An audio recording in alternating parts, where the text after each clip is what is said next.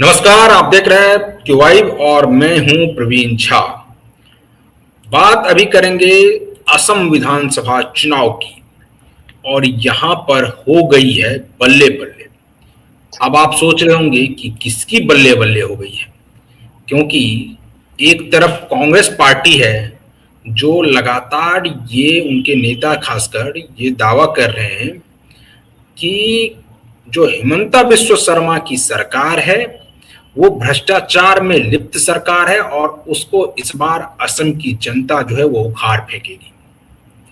वहीं भारतीय जनता पार्टी पूरी तरह से आश्वस्त है कि इस बार वो हैट्रिक लगाने में कामयाब हो जाएंगे। अब ऐसे में वहां पर जो जातीय समीकरण है उसको लेकर भी हम लोग चर्चा करेंगे कि आखिर किस जाति का झुकाव किस ओर हो रहा है, उसको लेकर भी हम लोग बातचीत करेंगे। वहां पर जो समीकरण क्या कह रहा है, खास करके जब अलायंस के बाद समीकरण क्या कह रहा है उसको लेकर भी बातचीत करेंगे।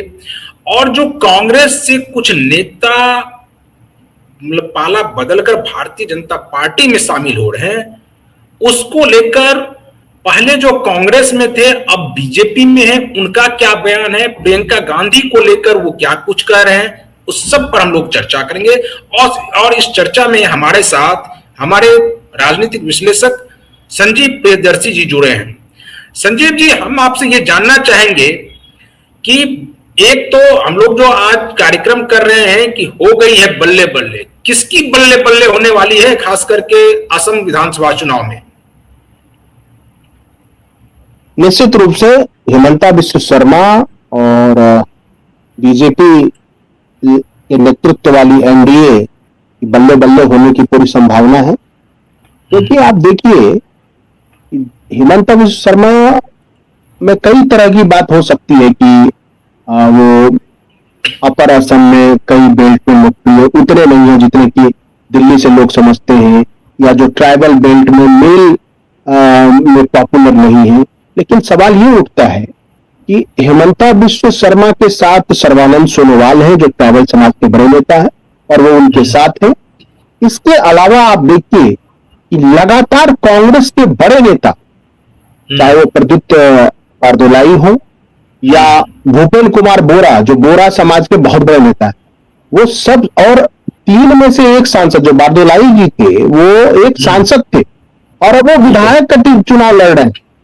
तो ये दिखाता है कि कहीं ना कहीं कांग्रेस के भीतर जो गौरव गोगोई की पकड़ है वो कमजोर है, या आपस में कॉन्फ्लिक्ट, और वो कॉन्फ्लिक्ट जो है वो कहीं ना कहीं कांग्रेस को नुकसान पहुंचा रहा है। दूसरी बात, एआईयूडीएफ भी अलग चुनाव लड़ रही है और हो ना हो कुछ सीटों पर वो भी जाएंगे और वैसे भी जाएंगे, हालांकि उनका इतना प्रभाव नहीं है। और परिसीमन की वजह से देखिए वहां नेक टू नेक फाइट होता है कांग्रेस और बीजेपी में, लेकिन परिसीमन की वजह से कई ऐसी सीटें हैं जिसका समीकरण ही बदल गया है। संजीव जी, हम आपसे यह जानना चाहेंगे कि आपने कहा कि परिसीमन के बाद वहां पर समीकरण कुछ बदल गया है और उसके बाद जो है अब वो और भी ज्यादा फेवरेबल हो गया है खास करके भारतीय जनता पार्टी के लिए। लेकिन सवाल यह उठता है कि जो कांग्रेस के नेता भारतीय जनता पार्टी में शामिल हो रहे हैं उनको क्या लग रहा है कि इस बार वहां पर कांग्रेस की जीत नहीं होने वाली है, इसलिए जो सांसद हैं वो भी छिटक कर भारतीय जनता पार्टी में आ जा रहे हैं और भारतीय जनता पार्टी में जाने पर वहां पर विधायकी का वो चुनाव लड़ रहे हैं? जी बिल्कुल। देखिए, अगर कांग्रेस के वहां तीन सांसद हैं, एक तो गौरव गोगोई खुद है जोरहाट से, दूसरे बारदोलाई थे प्रद्युत बारदोलाई, और तीसरे एक सांसद है।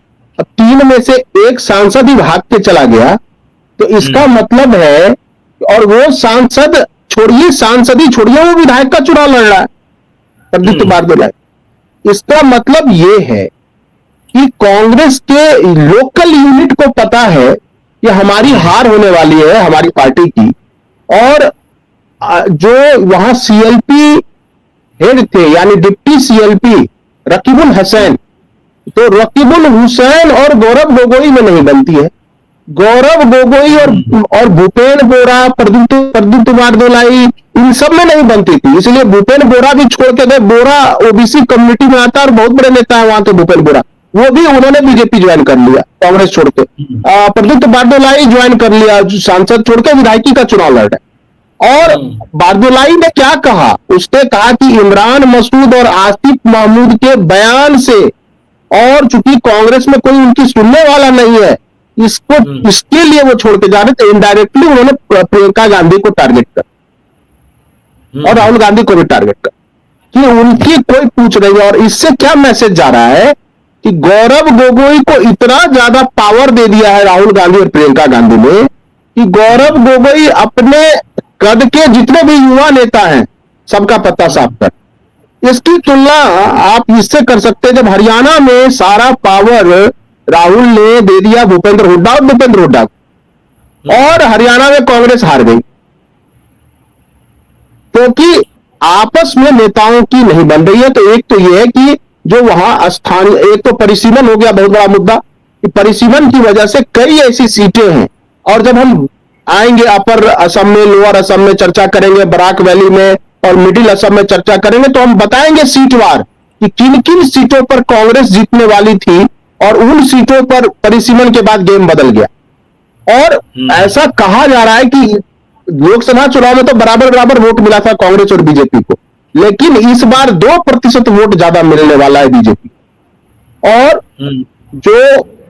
जो आप जानते हैं डायरेक्ट बेनिफिट ट्रांसफर की जो स्कीम्स हैं वो तो है ही, और लड़कियों के लिए भी उन्होंने एक स्कीम निकाली है, मुख्यमंत्री निजुत कल्याण योजना करके। कुछ लड़कियों को, किसी को 1000 जा रहा है, किसी को 2500 जा रहा है, किसी को 1500 जा रहा है, ऐसा।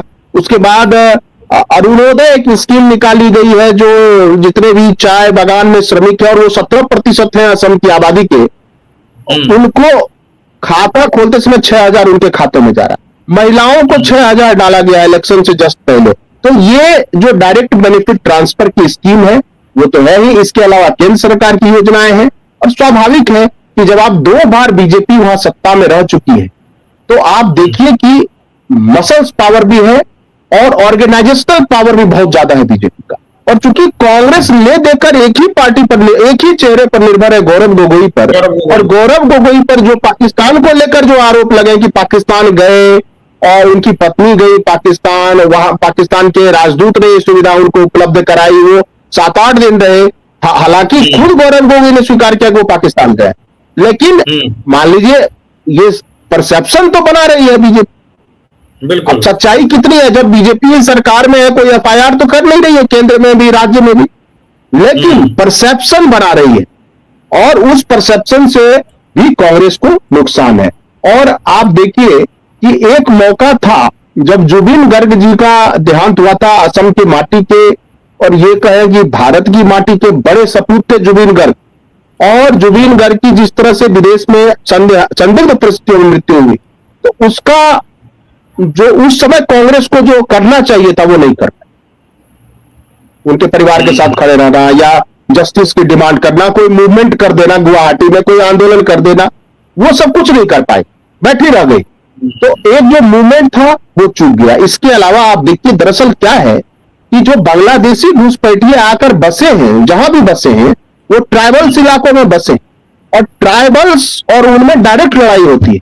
अभी गारो हिल्स में लड़ाई हो रही है, ठीक है, वो मेघालय का हिस्सा है, लेकिन अभी गारो हिल्स में गारो ट्राइब और बांग्लादेशी घुसपैठियों के बीच लड़ाई चल।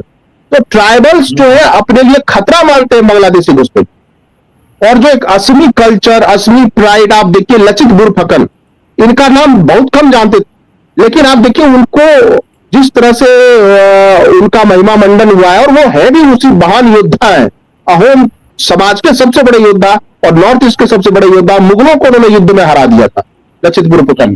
तो उनका भी एक तरह से सिंबॉलिक सम्मान उनको देना, या फिर भूपेन हजारिका वाला ब्रिज बनाना, और बहुत सारी योजनाएं। तो और जिस तरह से आउटरीच है हिमंता का, खास करके महिलाओं में, युवा उम्र के लड़कों में मामा कहलाते हैं वहां, तो इस तरह की छवि गौरव गोगोई की नहीं। मैं ये जरूर कह रहा हूं कि 2 सबसे बड़े लोकप्रिय नेता हैं बीजेपी में, सर्बानंद सोनोवाल और हिमंता, और दोनों मिलकर एक पहाड़ की तरह, एक चट्टान की तरह कांग्रेस के सामने खड़े। और यह कांग्रेस के सामने मुश्किल है कि बीजेपी एकजुट है। और संजीव जी, शायद शायद यही वो तस्वीर है जिसको हेमंत विश्व शर्मा ने ट्वीट किया था। और आपको लगता है कि इसी के बाद गौरव गोगोई को घेरने की पूरी योजना भारतीय जनता पार्टी बना रही है? हाँ बिल्कुल, ये तस्वीर घेरने की नहीं, ये वहां मुद्दा बन चुका है। ये मुद्दा बन चुका है। अब देखिए, ये बात दोनों तरफ से है। मान लीजिए पाकिस्तान में भी जब इमरान खान थे तो वो क्या नारा लगाते थे शरीफ परिवार पर कि जो मोदी जी का यार है वो पाकिस्तान का गद्दार है। मतलब वो शरीफ परिवार को टारगेट करते थे क्योंकि शरीफ परिवार के प्रोग्राम में मोदी जी गए थे। तो ये दोनों तरफ होता है, सीमा के दोनों तरफ होता है कि अगर आप ज्यादा क्लोज जाएंगे तो आप पर तरह तरह के आरोप लगेंगे, इसमें कहीं कोई संदेह नहीं है। तो ये सारे मुद्दे यानी सरकारी योजनाएं, अपना उनका इमेज, हिमंता प्लस सर्बानंद सोनोवाल का एक साथ रहना, बीजेपी में बगावत कहीं नहीं दिखना, और कांग्रेस में गौरव गोगोई अब अकेले पड़ गए, जैसे भूपेंद्र हुड्डा अकेले पड़ गए थे हरियाणा में। तो ये बात है कि चाहे वो भूपेंद्र बोरा हो, प्रद्युत बारदोलाई हो, और बहुत सारे नेता जो है वो छोड़कर गए। और 11 जो 88 टिकट अभी तक बांटे गए हैं एनडीए की तरफ से, उसे 11 कांग्रेस के करीब, 11 कांग्रेस के। तो आप देखिए कि कांग्रेस के भी जो प्रभावशाली नेता है, जो जिताऊ उम्मीदवार है, उसको भी वो हिमंता और बीजेपी अपना रहे। तो ये बातें देखिए कि निश्चित रूप से